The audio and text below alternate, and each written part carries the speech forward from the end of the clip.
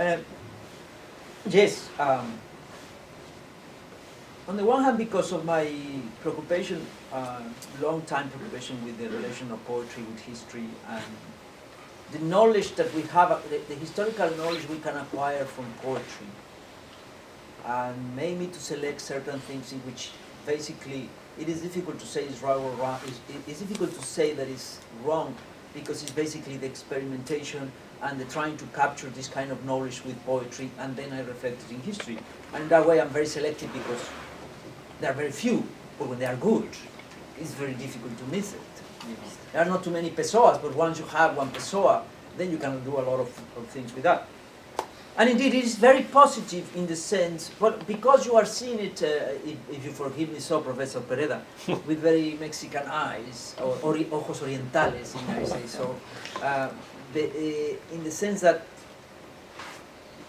you know, I'm not as critical of Mexican intellectuals as some of the young, new writers who are now, is their destiny to criticize my own generation as bad intellectuals, and we are everything we promised never to be, and we're already that, and it's a tomb to say how much we never actually fulfill our role as intellectuals, as I did and published in Spanish many criticisms of Mexican intellectuals and everything. The problem with this positive view that you see no error of these intellectuals I talk, because I wanted to show them not as virtuous characters that are doing everything right. I am trying to show, and this is very difficult to understand if you read it with Mexican eyes, and that's what is in English. I'm just trying to show that eran tan pendejos como los grandes pendejos del mundo. That's all I want to say. That is, I'm not trying to say that they were extremely interested. Some of them were. You know, I'm trying to make a point, like maybe Tablada's haikus have something to teach us. But I'm not saying that, let's say, Rebolledo was a great poet, or that Jose Vasconcelos had a great knowledge of Indian poetry as any German. No, I'm just trying to say that he was as orientalist, as stupid, as crazy as any French or American or anything. Now, that sounds positive. Because after all, it's not... In English, it is difficult to consider these characters other than westernized, meaning, or Mexican characters which were not faithful to the real situations of the country. And I'm just trying to know, they cannot be westernized because they are nothing else but Westerners, trying to that because of that. We don't have to do that. We sort of assume, of course, not in English. It's very important for me to show, in my own Mexicanist attempt, to show, do you know these guys that you always think either that they are a bunch of nonsensical characters, that they are doing exactly what you are expecting from a peripheral intellectual, which is good or bad, but not because he is not Western or Western, he's just doing what everybody is doing. And in a way he can be successful or not. And his language is Spanish, for God's sake, what do you want it to be? If they write in Spanish, you know.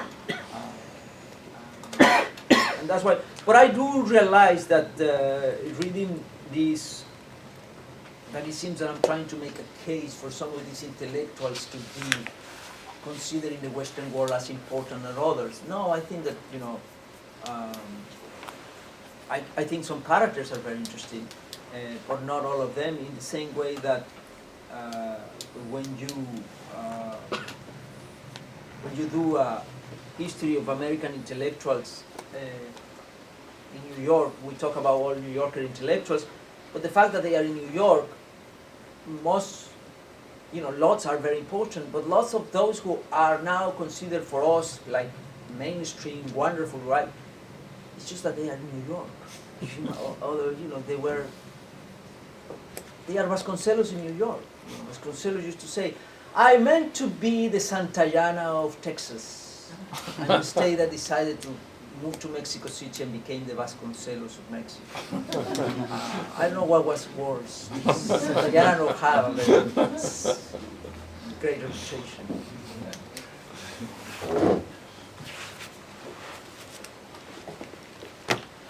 We still have a little time, so let me get at one thing. The point that you make about the tension between city and nation, I'd like to hear you say a couple of things about that, because one side of it seems quite obvious to me, and no less important because it is obvious, which is that cities are parts of networks of cities that are by vocation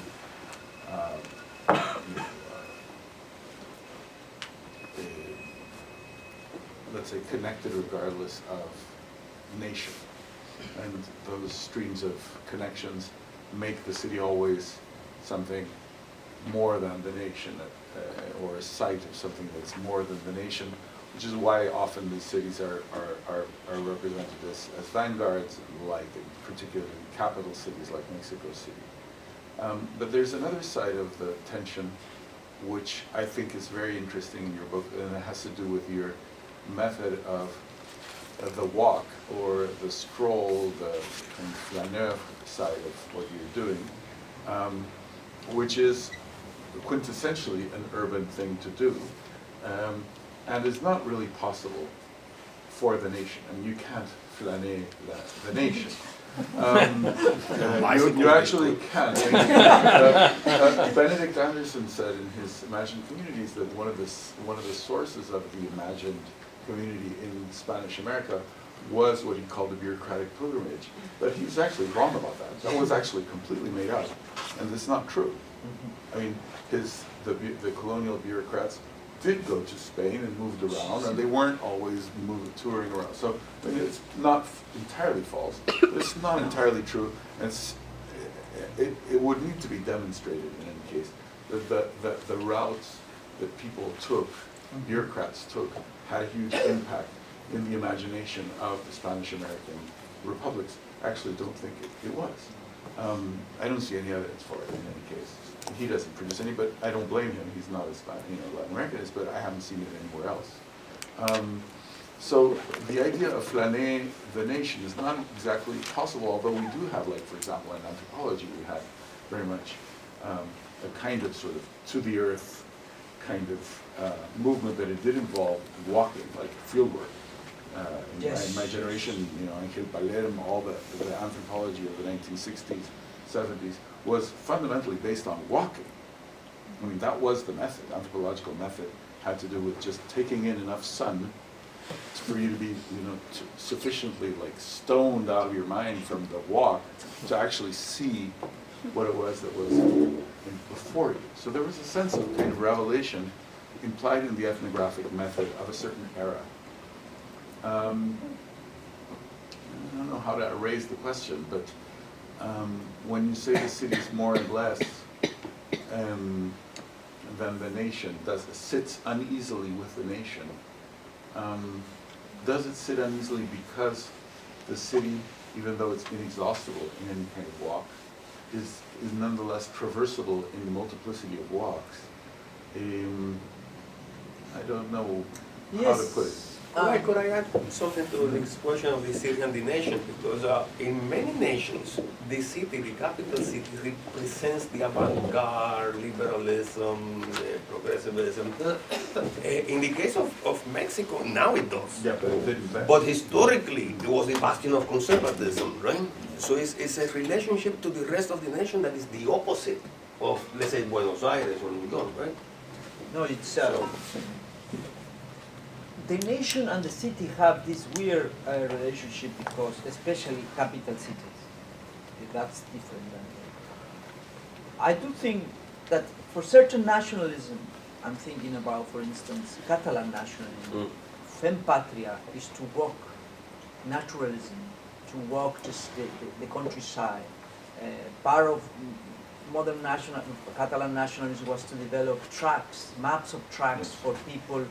Like, every good Catalan is a kind of Catalan Boy Scout going to the streets, and for the not very bucolic tradition of Mexico, as you know, it's very city-bounded, or Buenos Aires civilization and barbarie. You know, to walk the countryside and make patria. No. It's To walk the Sonoran Desert is not the same as walking the La Pura. countryside.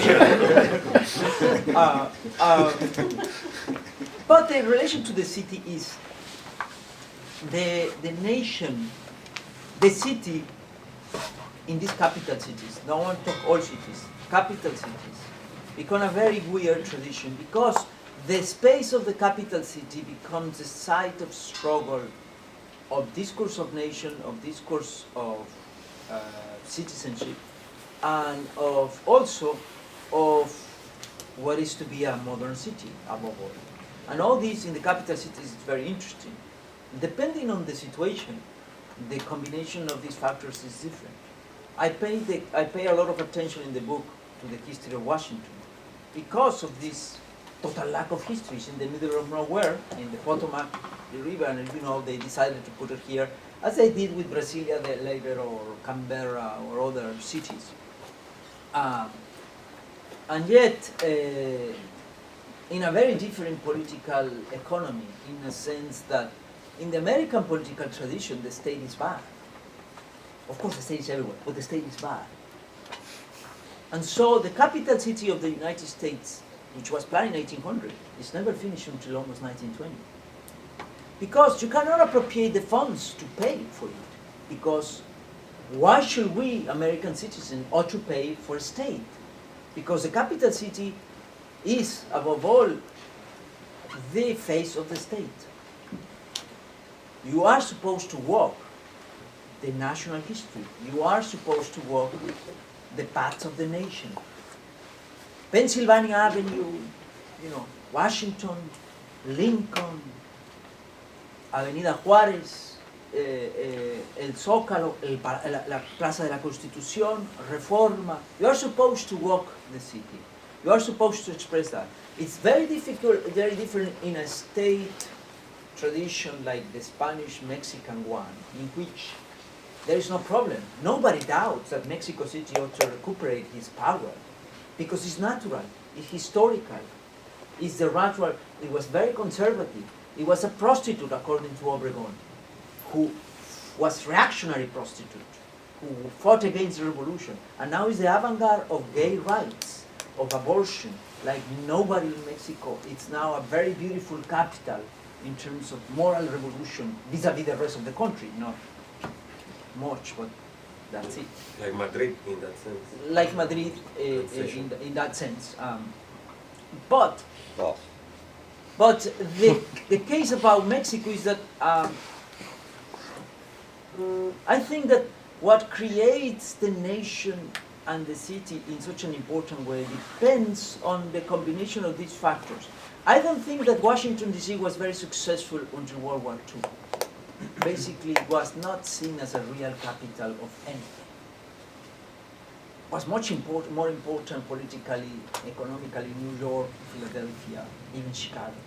And Chicago didn't become until a massive welfare state put the entire money of the New Deal and the whole thing to in Washington, D.C., World War II, and the rest. And even then, yet to be seen, I mean, it's a symbol of the nation, it's everything.